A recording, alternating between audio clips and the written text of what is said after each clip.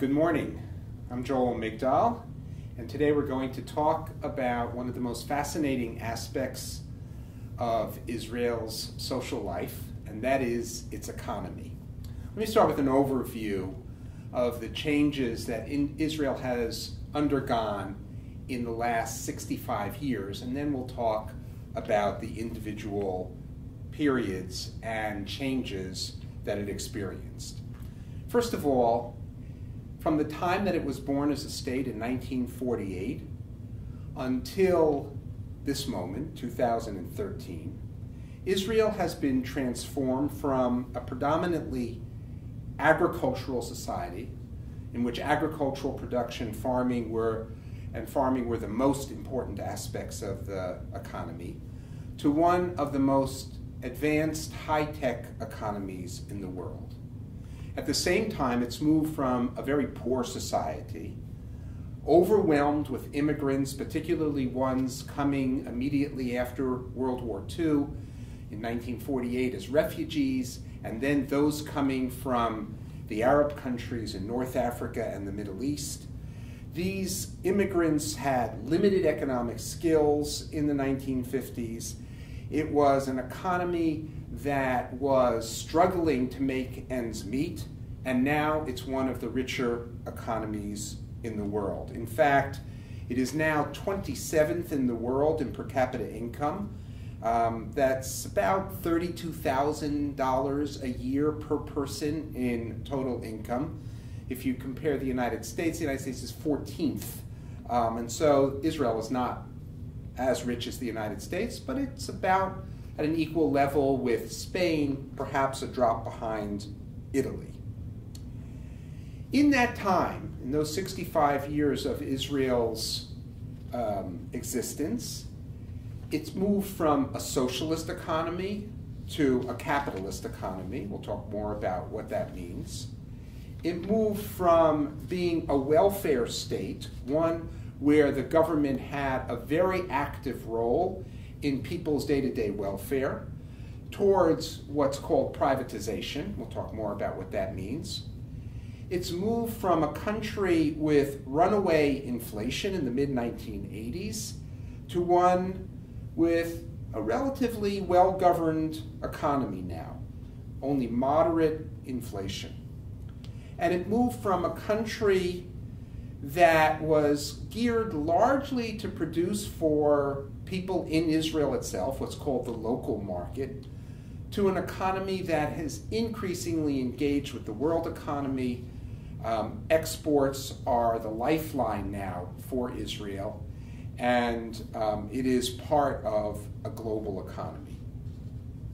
And Israel at the same time has moved from a country with very wide swings of growth, periods of extremely high growth to periods of low growth and stagnation, to a country that has managed to smooth out those bumps a bit. No country in the world, as we know from the United States and other countries, has managed to avoid those bumps altogether, but they don't have the extreme quality that they had in the early years of Israel's existence. So let's start at the beginning, back in 1948, when Israel was created as a country, and it was overwhelmed immediately by huge immigration. From 1948, the year of Israel's birth, to 1951, the Israeli population just about doubled. And this immigration actually had two contradictory effects. On the one hand, the immigration served to impose extraordinary costs on Israeli society, and at the same time, it gave new opportunities to the economy. Here you have a picture of what is called ma'abarot. Ma'abarot are shanty towns or overnight towns, tent cities, or cinder block cities, if you like, that went up overnight to accommodate the people coming in from Iraq, Morocco, Tunisia, Egypt, the Southeast Asia, Southeast Europe, and so on. On the left, you can see the tents with a few children playing nearby. These were the tents that were set up temporarily, and then people moved from the tents into the cinder block structures that you see in the right-hand picture. Now, so from 1948 to 1972, we can consider that the kind of first period of Israel's economy, 48 to 72, so we're talking about a generation here. The Israeli population increased from about 870,000, less than a million, to 3.3 million. So you can see the challenge that existed in trying to absorb these large numbers of people, most of them coming with very few skills in terms of an advanced industrial economy. Many of them had been peddlers, storekeepers, farmers, and had limited skills to use in an advancing economy. Israel put a lot of money into training these new immigrants, training programs, vocational programs, and it did manage to bring up the skill level of these workers over time. From 1953, when this first huge wave of immigration began to tail off, until 1973, a period of 20 years, the Israeli economy grew at a rate of about 9% a year. That was one of the fastest in the world. And I should say, just to give you a sense of this, economies growing at 4% or higher are considered very fast-growing economies. Economies growing at 2 or 3% are moderately growing, a kind of disappointing rate of growth, and less than 2% is considered not good at all. Israel was growing at almost twice the rate of a very rapid growth. And so there were very few countries doing this, and today there's not a single country in the world, I don't think, that is growing at 9% a year. And usually when countries are growing above 5% a year, it means that they're taking resources that were not utilized before, manpower and land and other productive resources, and putting them to work so that you have a sudden burst of activity. And this is exactly what happened. You had this huge immigration imposing tremendous costs on the government. Build new educational facilities, build housing, build new towns. Many of these people were placed in what was called development towns in the peripheral parts of Israel, not in the center of Israel. This caused some discontent among them, feeling they were being shunted off to the periphery. Nonetheless, the expense of building roads to these places, of building the towns themselves, the infrastructure, the educational facilities, the medical facilities to take care of all these people, these costs were extremely burdensome, and yet at the same time, these people were involved in the construction of the roads, in the construction of the houses, in farming new land, in building schools, and their activity as laborers led to this rapid growth in the economy from 1952-53 until 1972 or 73. It also is worth noting that the wealth in Israel was distributed at that time extremely equally. In fact, Israel may have had the most equal distribution of income of any country in the world during the 1950s and 1960s.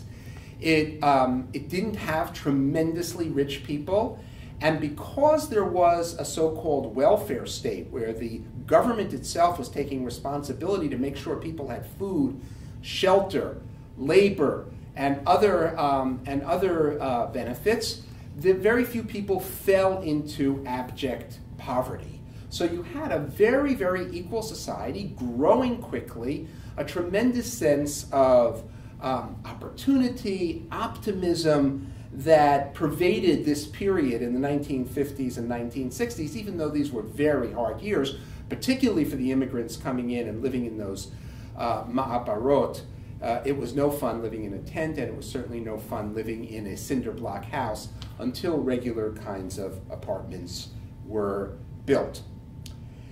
So it was an economy that had very little private ownership. You didn't have a slew of private manufacturing, private farming.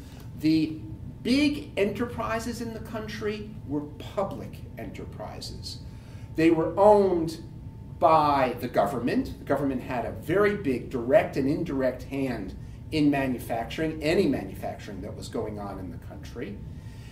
Big industries were also held by the Histadrut. Now, the Histadrut is a word you've heard before. It refers to this very unusual organization that Israel had and still has, although it's not nearly as powerful as it was back then. It started off as a labor federation. That means that labor unions, the labor union of the bus drivers and the labor union of teachers and the labor union of whatever occupation you can think of, and almost everybody was in a labor union. These labor unions came together under the umbrella of the Histadrut. It was a labor federation, as called. The comparable organization in the United States would be the AFL-CIO, the American Federation of Labor. But the Histadrut did much more than any federation of labor in the United States did. It had a health plan for its workers. It engaged in buying up vacation properties so that the workers could take vacations at nice places. It also had large numbers of big industries, construction industries in particular, but also shipping industries, huge, huge enterprises, especially for the Israeli economy. And these, while not totally publicly owned, were owned by the workers who formed the Histadrut, and that was really most of society. So we can consider them a kind of public ownership.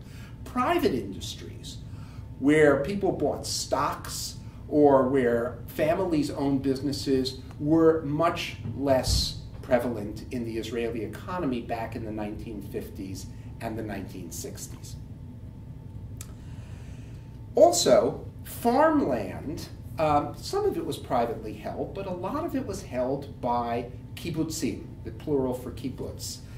The kibbutz, as you know, was a communal farm in which people lived together, and let's say I think we have a picture here for you. Very much different from the ma'abarot you saw in the previous slide. This indicates a very well-planned and subsequently prosperous community with the farmlands around the living area. The farmlands were owned communally. No one had private ownership. There was very, very little private ownership even of the most basic elements in society. So this was a real socialist society with land communally held. And this had a strong effect on Israel. While the kibbutz was actually never a major economic force in Israel itself, it did help shape the ethos and the culture of Israel. First of all, it propounded women's rights. So women became full members of the workforce, and this spread from the kibbutz to other parts of society. And this was very different from neighboring societies in the Middle East. And the participation of women in the workforce helped propel the economy forward. There was also in the kibbutz an extreme ethos of equality, the equality among people, especially because no one got rich and no one was able to have power through wealth over others. And there was this ethos of socialism, that people should share in the production of goods and in the consumption of goods. There was, too, an ethos of pioneering, what was called in Israel the chalutz, or the pioneer, a spirit of, we're on the frontier, we're in this together, this is a difficult problem. And finally, there was an ethos of communalism. And communalism is kind of triumphed over individualism. individual ambition, trying to make it, get yourself ahead, all these were seen as negative qualities. People who were personally ambitious, who wanted to move ahead or become rich or become powerful, they were seen as breaking with the need to create a communal or joint spirit together, and they were looked down upon. And here you have a couple of pictures of this that conveys this communal spirit. Workers on the left, on the right you have a harvest celebration going on with the people of the kibbutz in the back.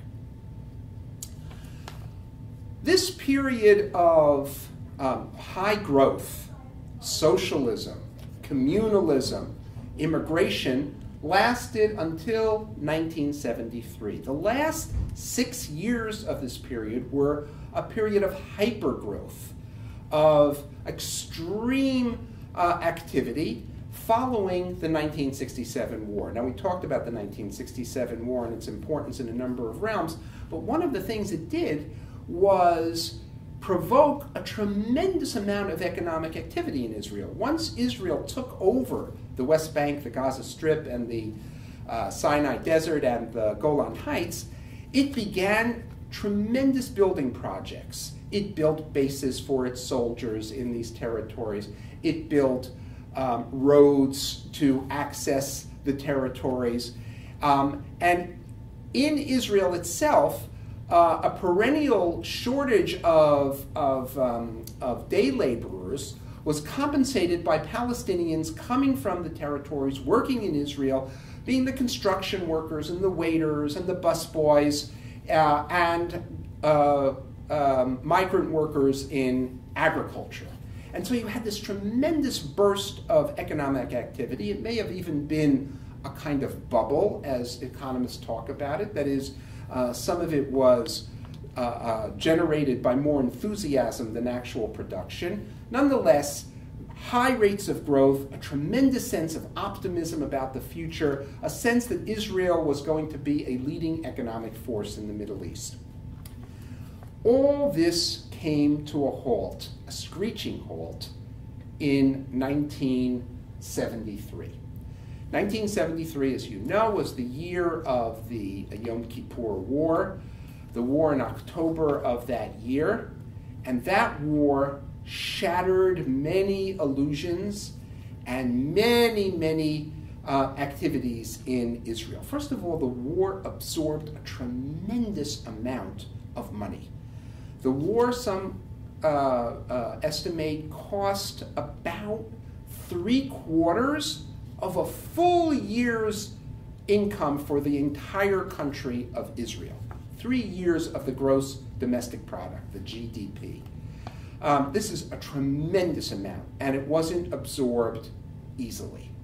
Second, the war dampened enthusiasm. The kind of enthusiasm that had existed in the 50s and 60s, and particularly after the 1967 war, now was turned into a sense of gloom and doom.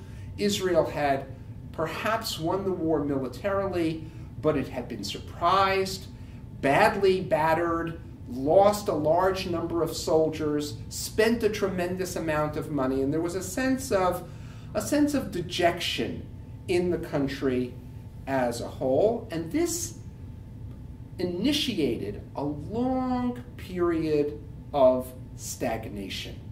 And I'm going to periodize this by saying this was from about 1973 to 1985. You'll see why I picked 1985 as the change point in a moment. Actually, the low rates of growth that were characteristic of this period, between 2 and 3%, as a member I mentioned to you that that's a very disappointing rate of growth, less than 1/3 the rate of growth of 9% that had existed in the 50s and 60s.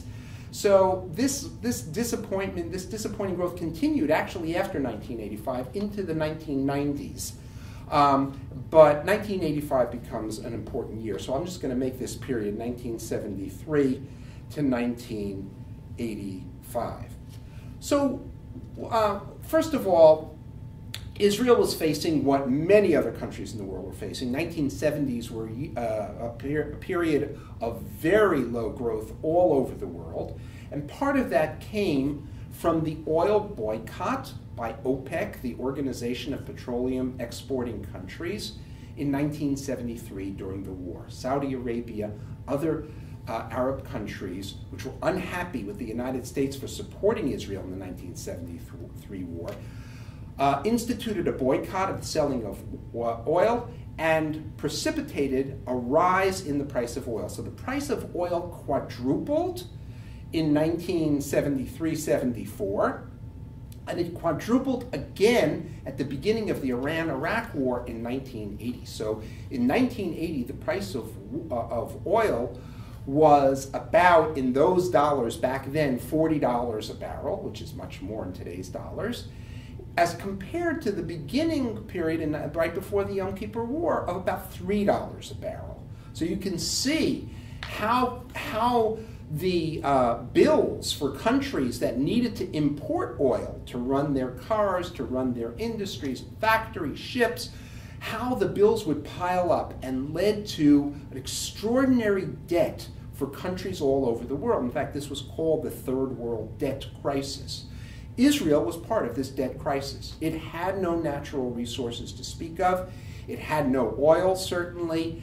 There was a little bit of oil coming out of the Sinai Desert, which it had occupied in '67, but that really wasn't enough to sustain Israel, and the bills began to pile up, and Israel had what was called a balance of payments deficit, meaning the country is spending a lot more money to import, particularly to import oil, than it was earning through its exports. And this was a serious, serious problem for Israel and helped lead both to stagnation, low rates of growth, as I said, between 2 and 3%, and also to inflation at the same time, because oil was getting higher in price, meaning everything associated with oil, every manufactured good was getting higher in price, and so prices were beginning to go out of control. This is called inflation, of course.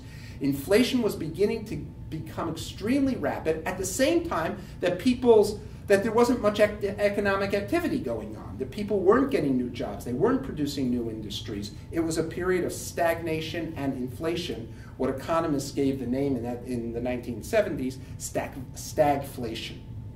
Also, after the 1973 war, because of the surprise attack, Israel's confidence in its ability to defend itself plummeted, and it began to spend much more on national defense. It had always had a high bill for national defense. It was always surrounded by enemies. It never was able to achieve a peace treaty in the 50s, 60s, and early 70s with any country in the region. And so it had always had a high defense bill. In the 70s, this defense bill became even higher, and it was multiplied by the fact that warfare was becoming now much more high-tech and much more expensive.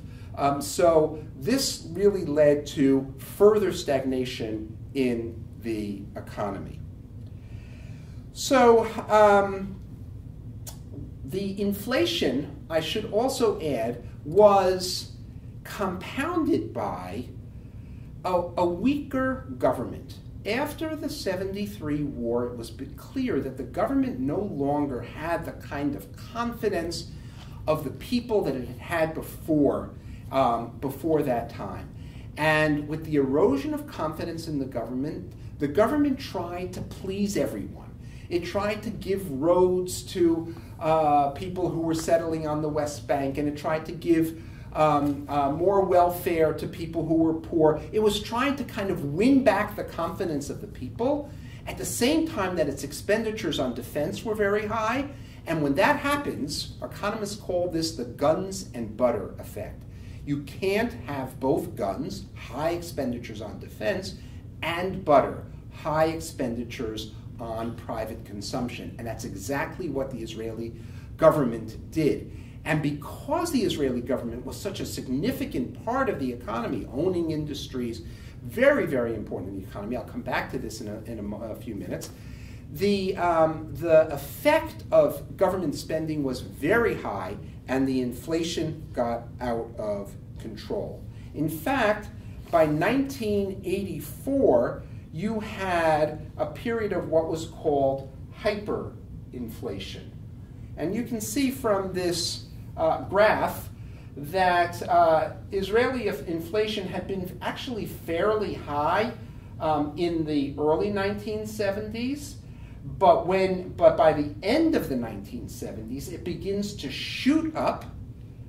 Now, high inflation, I should say, is anything over about 4 or 5% inflation. Okay, in the United States, the government aims for about a 3% inflation rate. You don't want it too low. That causes other problems. That's called deflation, when you can see the minus figures on the graph, where Israel never goes. But governments do seek a kind of 2 to 3% rate of inflation. Well, look at the rates of inflation on this graph.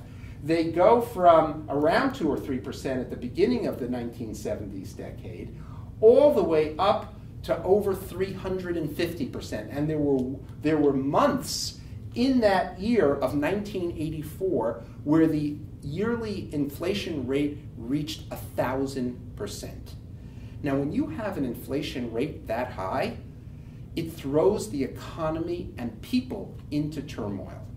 It means that if you get paid on Monday, Tuesday already, your paycheck is going to be worth significantly less than it was worth on Monday. And certainly a week later, it's going to be worth a lot less. And so you have a great incentive to spend your money quickly. In other words, get your paycheck and spend it all on once, all on the food that you're going to need for the month, all on the clothes that you're going to need, because if you wait a day or you wait a week, that food and those clothes are going to be much, much more expensive. And this generates even more inflation when you have this kind of hyperactivity where everybody is out buying everything in the stores because they know that their shekels are not going to be worth nearly as much tomorrow.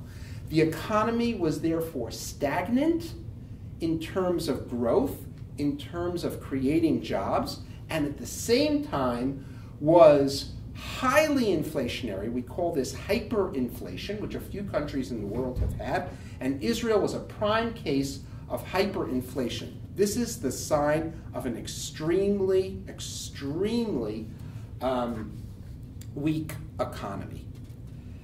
This weak economy, the need to import oil, the inflation also led to what's called a balance of payments problem. Balance of payments simply are, as I mentioned a few minutes ago, what you spend outside the country and what you take in. And you can think of your own personal budgets. You may have an income from a job and you have some expenses like rent and food. You try to balance those to make sure that your expenses are not that you're going out to stores and to the landlord and whoever else you're giving money to. Those expenses are not higher than the income you're bringing in from your job or whatever other source of income you have. Similarly with countries. They can't be buying oil for high prices. They can't be importing tremendous numbers of goods and not have the economic activity to export goods that will pay for all those things. And this is what happened to Israel. And what Israel did to cover this deficit in its balance of payments was what many countries in the world did, and that is borrow on the international market. But if you borrow, you'll find something very interesting. Banks like countries that have very stable rates of inflation, where the economy seems to be governed well, and when that happens, they will give a low rate of interest. But if you have hyperinflation like Israel did, the economy seems to be out of control, then banks raise the rate of interest because they feel it's a higher risk loan. And so Israel was paying prime rates of interest, very high rates of interest, to borrow the money that it needed to survive. This leads us to the turning point that I mentioned, and that is 1985, which is called the Economic Stabilization Program of 1985. And I'll come back to this in a minute. This economic stabilization program was pushed very hard by the United States. And we'll come back to that in a moment. What did Israel do in 1985? First and foremost, it drastically cut the government's budget. It stopped spending so much money. It even cut defense some, but mostly it cut into programs that had existed before, where the government was engaged in this welfare state, the state that was helping people stay above the poverty line. There was a big devaluation of the shekel. The effect of devaluation for any country means that your currency is worth less compared to other currencies in the world, and particularly to the dollar. The dollar is the key currency in the world. What that does for a country is make its exports more competitive. That is, Israeli exports would become cheaper in other countries, easier for people in other countries to buy. At the same time, imports from other countries, because of devaluation, become more expensive for Israelis to buy. So Israelis stop buying as many foreign goods. And that helped cut the deficit in the balance of payments as Israelis imported less and exported more, and helped deal with the debt problem. But they still had to borrow. And here is where the U.S. came in. The United States worked in tandem with the International Monetary Fund, which it is a prime member of. And it went to Israel and it said, look, you have to engage in a new program for your economy, a new plan for your economy, and we're going to dictate what that is. Now, Israel, of course, had the right to say no, but the IMF said to private banks whether or not to lend to Israel. And the IMF itself lent to Israel. And so if Israel was going to say no to the IMF in the United States, it was risking losing those loans that it needed to survive. If you don't have those loans and the money on hand, then a ship that is going to leave oil at your port will not leave the oil. It wants the cash. And so Israel was in a difficult position. It had a knife to its throat to change its policies. This knife to the throat was not unique for Israel. I mentioned before there was a larger third world debt. And the IMF and the United States, through what was called the Washington Consensus, this new plan, it's called the Washington Consensus, also known as neoliberalization or neoliberalism, brought this plan to Bolivia and to Peru and to Brazil and to all countries that had run up high debts, and Israel was among them. Now, what is neoliberalism? Let's take a look here. Neoliberalism first involves free trade. That means that Israel was called upon to cut its tariffs and custom duties on foreign goods that were imported into Israel, make them tax-free to the Israeli consumer. Second, neoliberalism involves privatization. That means taking all those industries that the government ran and selling them to private owners. These were taking state assets that were worth a tremendous amount and putting them from public hands into private hands. Third, end government subsidies for particular industries. Remember, I said the government had helped industries, had either directly owned industries or indirectly had subsidized private industries. End those subsidies. End regulations, a deregulation. Make it easier for private companies to operate. Stop making it so difficult to get a license, to have environmental reviews, to have safety reviews. Just let businesses operate. Reduce the role of government in the economy. This was very important. important.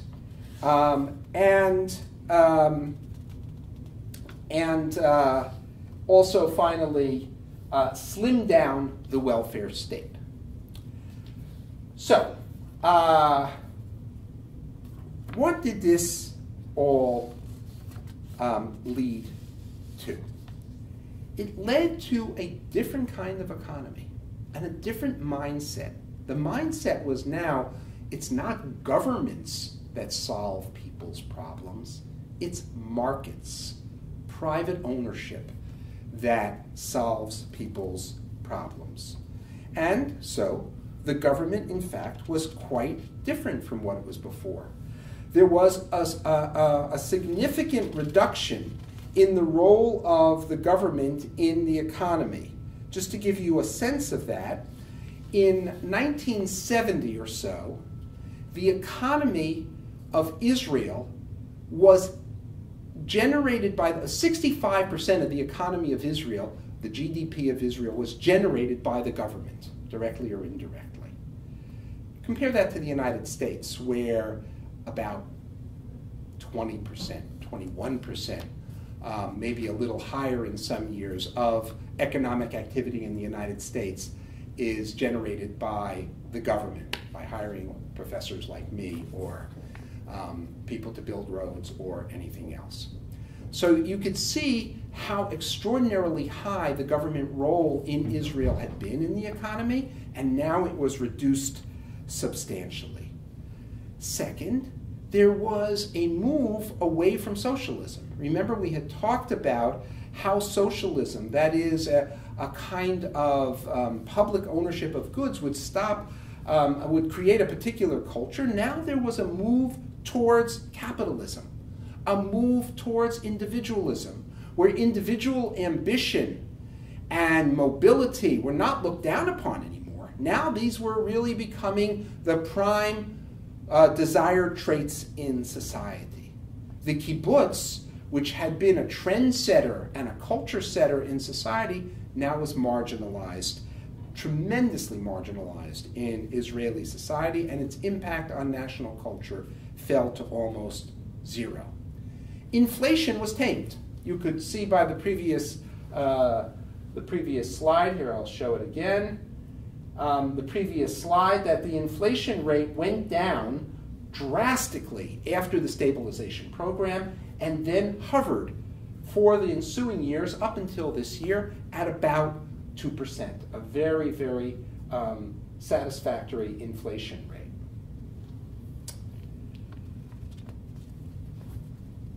And Israel now opened itself to outside investment. So what we have after this stabilization program is the third period of Israel's economy. The first we talked about from 1953 or 48 till 73. Then we talked about this period of stagnation and inflation from 73 until 85. And now in the 1990s, in the first decade of the 21st century, we have a new Israeli economy. What is the nature of this Israeli economy? Well, and what brought it about? Well, the stabilization program, we said, was very important, but there were other factors too. First, there was the Russian immigration, which we've talked about before. About 1 million Russians came to Israel in the 1990s. And what was striking about these immigrants was, unlike the early immigrants in the 1950s who were low-skilled workers, these were high-skilled workers. A huge percentage was engineers and scientists. And you can see here in this slide how Israel dominates the world in terms of scientific workers and technicians in the economy on a per capita basis. This was huge. And it wasn't only, by the way, it wasn't only the Russian immigration. The army played a big role here. As I mentioned, the army had become more and more high-tech as time went on. The new warfare, trying to keep a step ahead of the Arabs. And as a result, they needed high-tech workers, and so they trained. The army trained high-tech workers, and then these people would leave the army and move into the regular economy where their skills were very, very important. Also, there was new private investment from outside the country in Israel.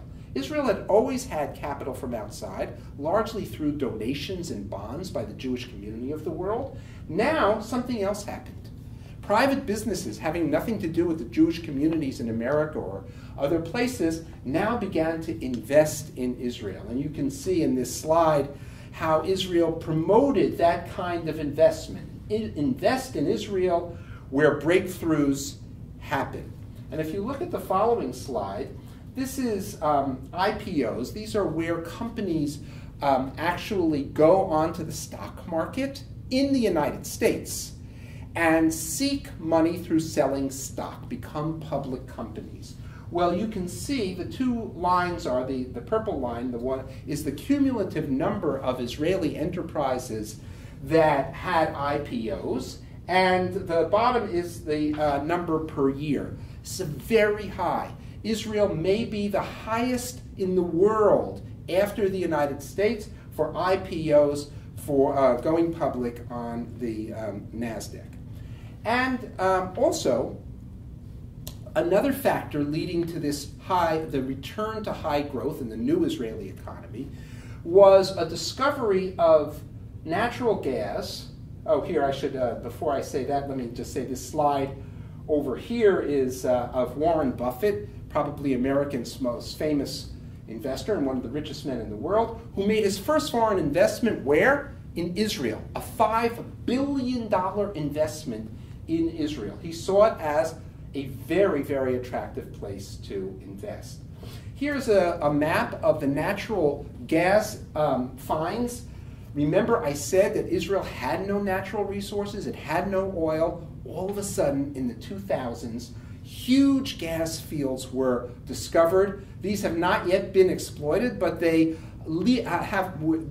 Israeli economists are anticipating a high growth coming from this tremendous amount of gas, much of it which will be exported. So what we have then in the 1990s and 2000s is a return to the high growth rates, not the rates of the 1950s and 60s of 9%, but rates that were 4 and 5%, very, very good rates. And even during the Great Recession that began worldwide in 2007 and hit us in the United States very hard, Israel managed to navigate that recession about as well as any country in the world. There are still problems in the Israeli economy. With all this wealth and the stabilization of the economy, the end to the kind of bumps and hyperinflation that existed before, there are a number of problems that continue to persist. Here's a picture of Asians in Tel Aviv. Very high numbers of invited workers, of workers who come illegally into the country, of refugees. All of these have come and they have produced new problems. Are they Israeli? Can their children be Israeli? Are they going to be educated? What about illegal workers? Should they be deported? There have been riots against these workers. So there are tremendous problems involved in having such a robust economy where you need workers, but it creates social problems. Are these really Israelis, not Israelis? You'll be very familiar with this question from the debate that's going on in the United States now on whether illegal immigrants can become citizens. Second, there's also a problem of inequality. Remember I said that Israel probably was the most equal country in the world in the 1950s. Today it is among the 2 top unequal countries in the world. That means wealth, there are very rich people and there are very poor people. By the way, the second country with Israel in inequality is the United States. So the challenges to Israel are very serious. Foreign workers, the sustaining economic growth, worrying about growing budget deficits, Inequality. The inequality has led to protest movements against the government, tent cities, as we saw in the previous lecture. Tremendous difficulties, but there are tremendous resources at hand for Israel to begin to address these economic difficulties. The question that is unanswered, and I can't answer for sure, is will the Israeli public and will the Israeli government be in a position to address these kinds of questions? There's tremendous criticism at the moment in Israel because the government is beginning to run a larger deficit than it has run in years. And there is a fear of the return to the inflationary period of the 1980s. I think that fear is a little overblown, but certainly if the government doesn't discipline itself, if the government doesn't spend too much, if the government doesn't enable itself to take in revenues to cover all its expenses, that kind of inflationary threat remains. Is the government strong enough to do that? Can it engage in that discipline? Can it deal with the problems of inequality and foreign workers? All that will be seen in the future.